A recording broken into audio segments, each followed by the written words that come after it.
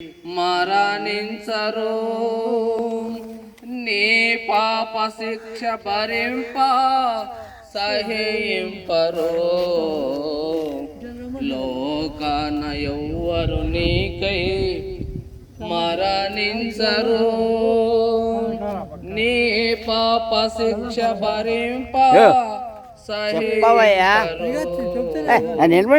నీ తల్లి అయిన గాని నిన్ను మరచును, నీ తల్లి అయిన గాని నిన్ను మరచును.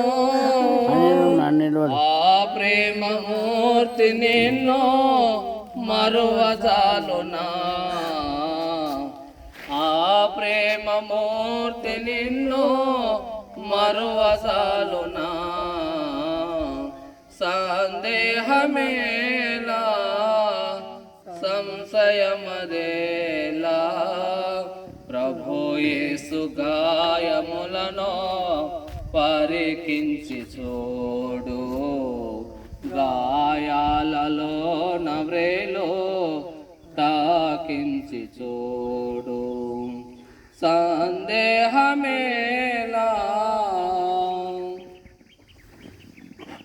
ప్రేమైన టంగుటూరులో గ్రామ ప్రజలారా, ఈ ఉదయకాలంలో మీ మధ్యకు వచ్చి మేము చెప్పునదేమనగా జాగ్రత్తతో ఆలకించండి. యేసుక్రీస్తు ప్రభువు ఈ లోకములో ఉన్నప్పుడు ప్రయాసపడి భారమును మోసుకొనుచున్న సమస్త జనులారా, నా యొద్దకు రండి, నేను మీకు విశ్రాంతిని ఇస్తునని కలుగజేతునని యేసు ప్రభు చెప్పినాడు. ఈనాడు మానవుడు అనేకమైన ప్రయాసలతో తన జీవితమును గడుపుతూ ఉన్నాడు.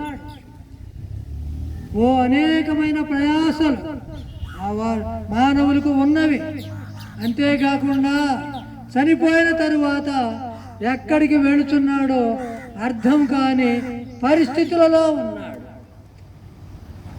చనిపోయిన తరువాత దేవుడు ఎవరు అని తెలుసుకోలేని పరిస్థితులలో మరి మానవుడు ఉన్నాడు.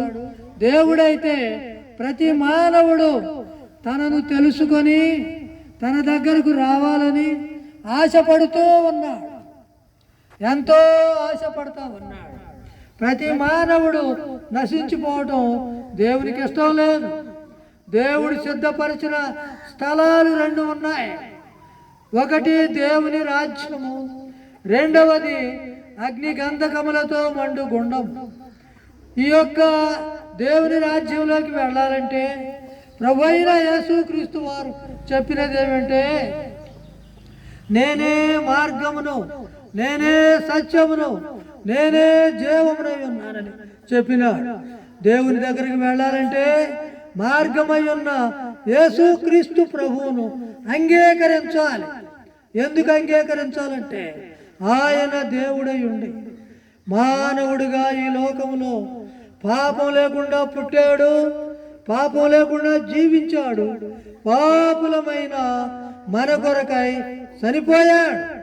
ఆయన పాపమేమీ చేయలేదు, ఆయన యందు ఏ కపటమును లేదు. కనుక ఆ ప్రభువును అంగీకరించినప్పుడు నీవును నీ ఇంటి వారును రక్షణ పొందుదురు. ఆయన అంగీకరించాలి, ఆయన యందు విశ్వాసం ఉంచాలి, దేవుడని ఆయనను నమ్మాలి. యేసు ప్రభువా నా పాపాలు క్షమించమని నోటితో అడగాలి, హృదయమందు విశ్వసించాలి. అప్పుడు ఆయన మన పాపములను మనము ఒప్పుకొని నేడల ఆయన నమ్మదగిన వాడును నీతిమంతుడును కనుక ఆయన మనలను సమస్త దుర్నీతి నుండి పవిత్రులనుగా చేసి నీతిమంతులుగా ఎంచి మనము చనిపోయినప్పుడు ఇదిగో వెంటనే దేవుని రాజ్యంలోకి వెళతాం. బైబిల్లో ఏముందంటే ఇప్పుడు క్రీస్తు యేసునందున్న వారికి ఏ శిక్షా విధియు లేదు. కనుక ప్రియులారా, మానవుడు ఈ భూలోకములో జీవించిన కాలమంతటి కొరకై దేవుడు లెక్క అడుగుతాడు. తీర్పు జరుగుతున్నది. నీ యొక్క పాపముల నిమిత్తమై దేవుడు లెక్క అడుగుతాడు.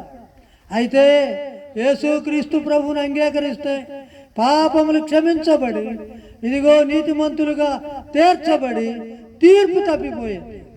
యేసు ప్రభు తన కుమారులుగా తన కుమార్తెలుగా తన యొక్క మనలను చేసి తన రాజ్యమునకు వారసులుగా నియమిస్తాడు. కనుక ప్రియమైన వారులారా, ఈరోజు మీరు గ్రహించండి. అయ్యో నేనెంత దౌర్భాగ్యుడను. బైబిల్లో ఒక ఆయన కేక వేశాడు, నేను పాపంలో పుట్టాను, పాపంలో జీవించాను, నా పాపములు ఎవరు తీసివేస్తారు అనేటువంటి మాటలను ఆయన అన్నప్పుడు దేవుడు అన్నాడు, యేసు ప్రభు అన్నాడు, నశించిన దానిని వెదకి రక్షించుటకు మనుష్య కుమారుడు వచ్చని చెప్పాడు. ఇదిగో పాపులను రక్షించుటకు ఇదిగో పరలోకము నుండి దేవుడే మానవ రూపిగా వచ్చాడు.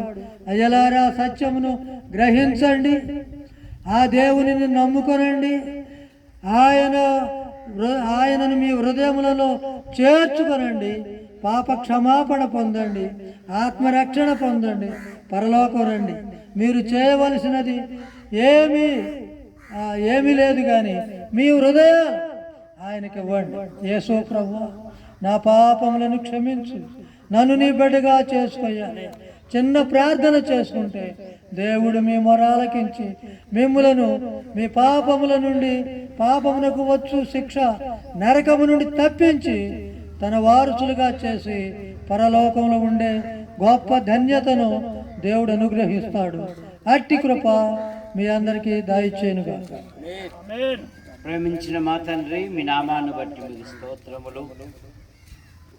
అనుదినము ఆయన రక్షణ సువార్తను ప్రకటించుడి అనే మాటను బట్టి మీకు స్తోత్రములు. మా జీవిత కాలమంతయు ఈ విధముగా మీ కుమారుని ప్రకటించినట్లుగా మీ కృపణతాయి. ఎందరైతే విన్నారో ఆకర్షించండి, ముందున్న పరిచర్యను దీవించండి. యేసు ప్రభు నామములో ప్రార్థిస్తూ బయలుదేరుతున్నాం తండ్రి, ఆమేన్.